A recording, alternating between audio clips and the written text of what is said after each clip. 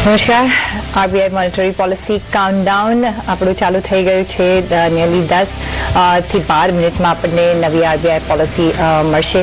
અત્યારના આપણે જોઈએ તો જે રેટ લાસ્ટ ટાઈમ ઓગસ્ટ 25ની જે આરબીઆઈ પોલિસી આવી હતી એમાં આપણે કોઈ પણ રેટ કટ જોયો નહોતો. સ્ટેટસ કો રખાયો હતો. ન્યુટ્રલ સ્ટાન્સ સાથે આપણે આગળ વધ્યા હતા.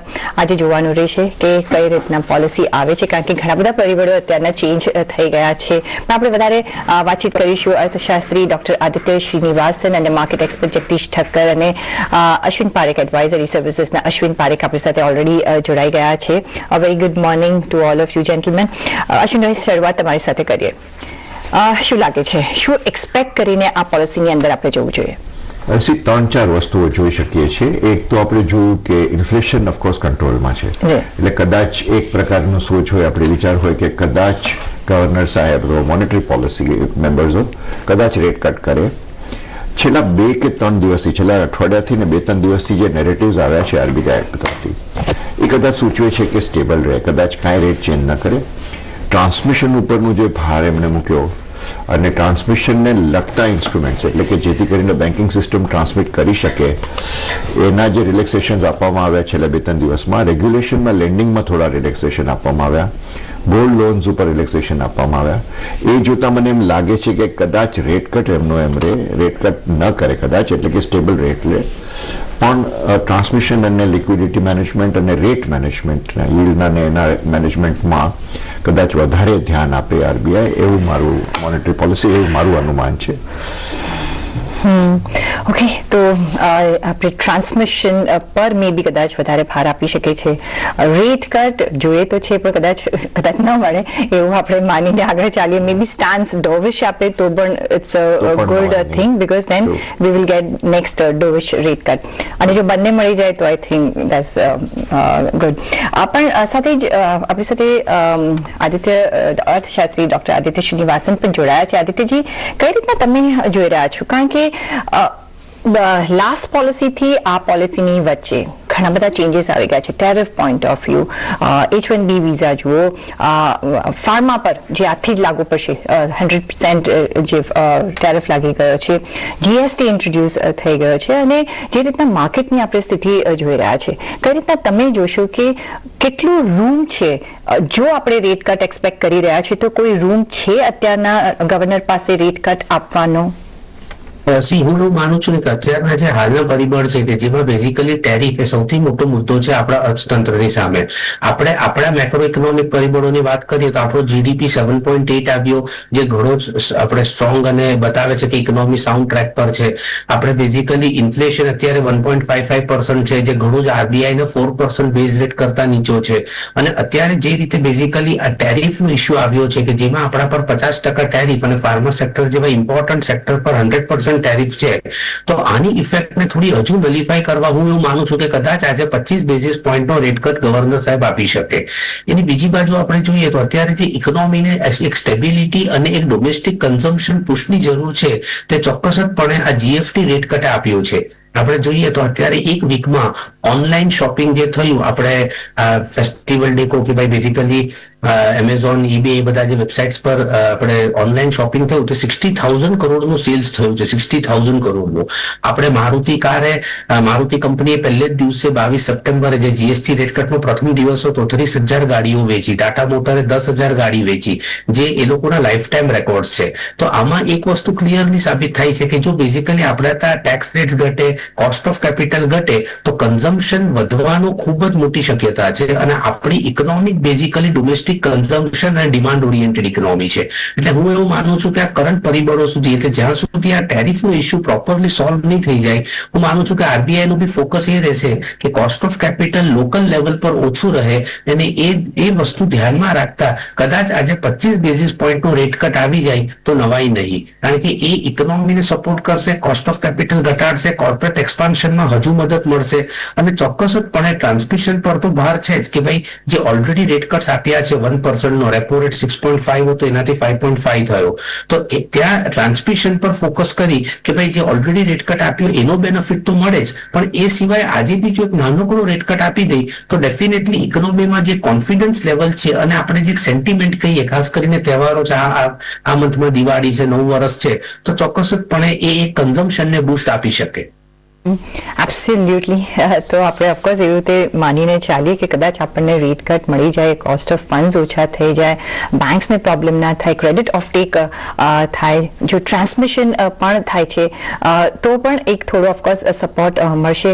અને સાથે ઓફકોર્સ બેંકના નોર્મ્સ પણ આપણે જોયા છે, ફ્લેક્સિબલ રેટ્સના આપણે નોર્મ્સ બી આજથી બદલતા આપણે જોઈ રહ્યા છીએ, તો એ પણ એક બેંક્સને પોતાના રેટ્સ ડિસાઇડ કરી રહેશે ફ્લોટિંગ રેટ્સ માટે, એ પણ હેલ્પ કરી શકે છે.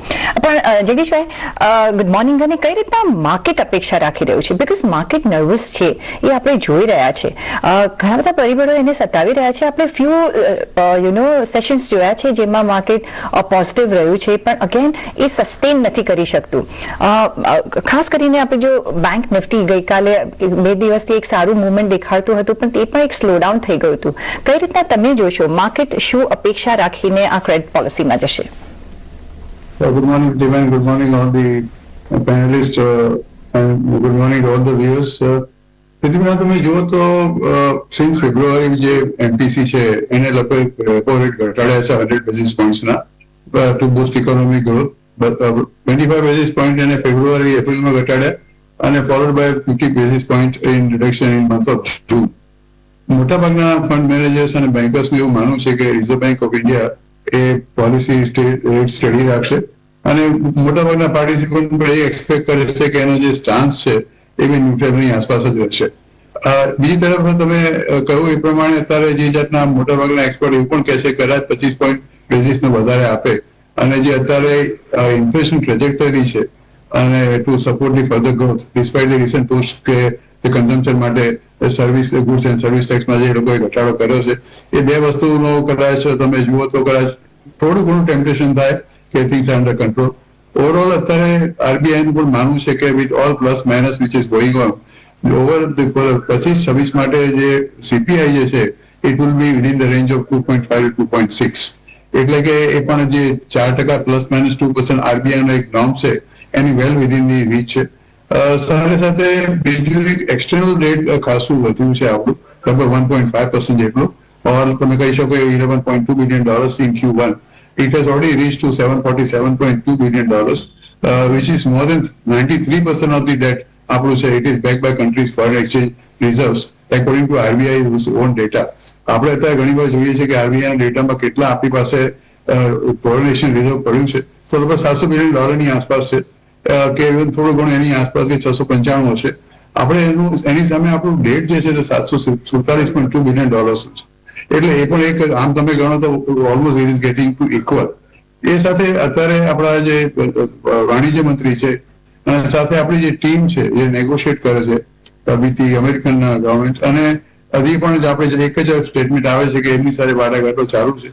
એ સાથે યુકે સાથે આપણે જે એફટીએ ઓલરેડી સાઇન કર્યું છે અને જે બાકીના જે 4 કન્ટ્રીઝ છે કે એમાં ઇન્ક્લુડિંગ સ્વિટ્ઝરલેન્ડ, એનો તો અમલ આજથી થઈ ચુક્યો છે એફટીએ માટેનો. એટલે કદાચ કોઈને સ્વિસ ચોકલેટ્સ ખાવી હશે કે સ્વિસ ઘડિયાળ જોઈતી હશે તો કદાચ થોડા વખતમાં સસ્તી પણ મળશે. પણ મારું માનવું છે કે looking at the all circumstances the RBI is definitely going to way between the two. એક તો જીએસટી 2% ઘટ્યો છે, ઇન્ફ્લેશન કંટ્રોલમાં છે, અને સામે 50% ટારિફ અને હવે 100% પણ લગાડવાની ચાલુ કરી છે. અને અલગ અલગ ક્ષેત્રો રોજે રોજ તેના પ્રમુખ સાહેબ શોધ્યા કરે છે. એટલે એનું ક્યારે નિરાકરણ આવશે સૌથી અગત્યનું છે. થોડું માર્કેટનું સેન્ટિમેન્ટ આપણે જે વાત કરી એ થોડું નર્વસ ચોક્કસ છે, કારણ કે માર્કેટ તમે જુઓ છેલ્લા 8 દિવસથી કોન્સ્ટન્ટ નીચે જ છે અને વિદેશી રોકાણકારોની ever highest short position is about 95% roll ઓવરમાં over a period from September to October. અત્યાર સુધીની સૌથી હાઈએસ્ટ છે. It was somewhere in 2008 or 2011. એટલે એ લોકો તો હજી એક મંદીમાં છે, એ લોકોને બિલકુલ તેજી આપણા બજારમાં દેખાતી નથી. કદાચ 0.25% જો કટ આવે તો market definitely give a Thums up.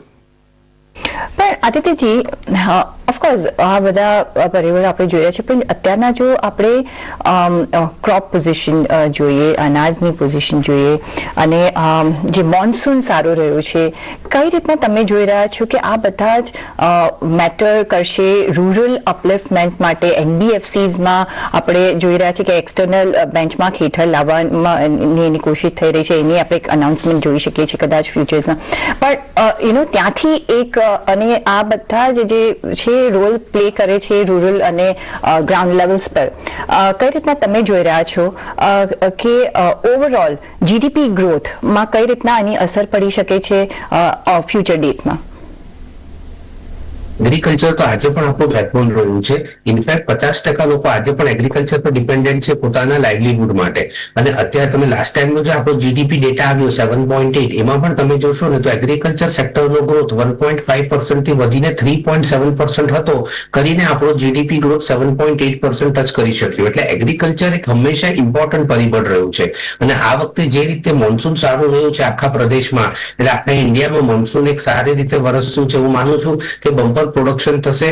થોડું ઘણું નુકસાન પણ થયું છે કે ઘણી જગ્યા અતિશય વરસાદ પણ થયો, પણ ઓવરઓલ જો આપણે જોઈએ તો એગ્રીકલ્ચરને મદદ મળશે, ફાર્મરની ઇન્કમ વધશે. તો આવનારા 4 મહિનામાં હું માનું છું કે રૂરલ ઇકોનોમીમાં જે ડિમાન્ડ છે એ ખૂબ મોટે ભાગે રિવાઇવ થશે, અને ત્યાંથી આપણું જે ઓવરઓલ જીડીપીને સપોર્ટ મળે છે એ સારી રીતે મળી શકે. કારણ કે આજે પણ બેઝિકલી એગ્રીકલ્ચર સેક્ટર એક મેજર રોલ પ્લે કરે છે, અને ફાર્મર્સ ઇન્કમ વધે એ તો ગવર્મેન્ટનો પણ એક one of the key agenda છે કે ફાર્મરની ઇન્કમ નેક્સ્ટ 5 યર્સમાં ડબલ થઈ જાય. કે આજે પણ આપણે જોશું તો આખા ભારતની 55% જે ટોટલ ડિમાન્ડ આવે છે તે રૂરલ ઇન્ડિયાથી આવે છે. એટલે રૂરલ ઇન્ડિયાનો ભાગ આમાં ખૂબ જ મહત્વનો છે, અને હું માનું છું કે ઓવરઓલ આગળ જતા જીડીપીમાં પણ આનું ઘણું આપણે યોગદાન રહેશે આ સેક્ટરનું. અશ્વિનભાઈ, હા, એક તો આપણે જે ટેરિફ એક મોટો હેંગઓવર છે.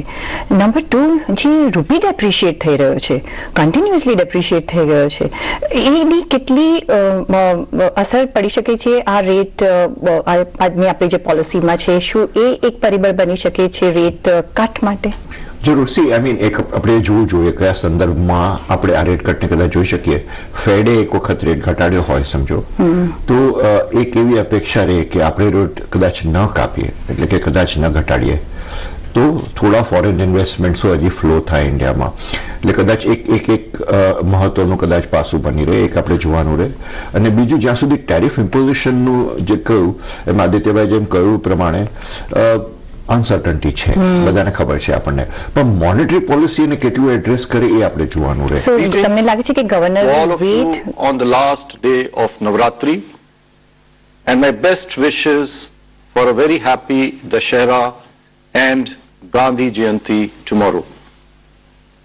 Since the August policy meeting, significant developments on the domestic front amidst a fast changing global economic landscape have altered the narrative on growth inflation dynamics in India.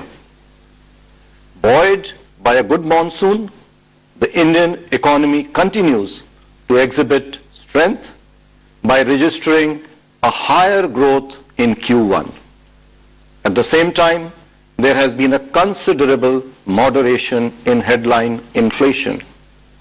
The rationalization of the GST is likely to have a sobering impact on inflation, while at the same time stimulating consumption and growth.